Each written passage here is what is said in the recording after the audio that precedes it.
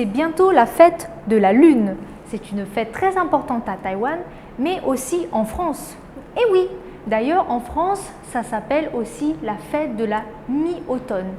En général, quand on parle de la fête de la Lune, on pense à une histoire très célèbre, celle de Hou Yi et de Chang'e. Vous la connaissez?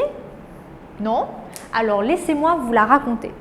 Donc il y a très longtemps, sur la Terre, il y avait 10 soleils. Et c'était un problème. Alors Hou Yi, qui était très fort et qui savait tirer à l'arc, a tué 9 soleils. Alors sur la Terre, il ne restait plus qu'un soleil. Donc le ciel, pour remercier Hou Yi, lui a offert une boisson magique. Si Hou Yi boit cette boisson magique, il deviendra un dieu.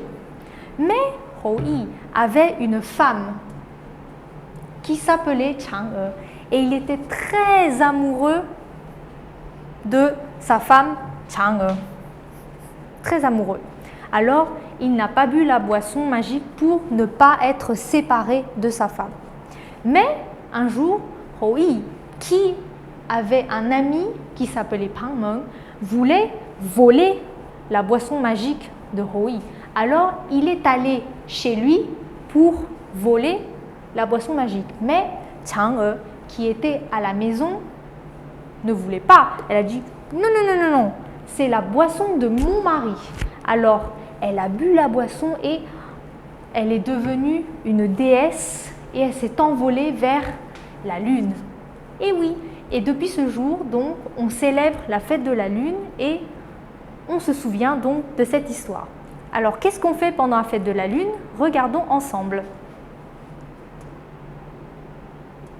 On se réunit en famille ou entre amis. On mange bien sûr des gâteaux de lune. On fait des barbecues à Taïwan. On se promène sous la lune et on contemple la lune. Voilà, regardons ensemble le vocabulaire.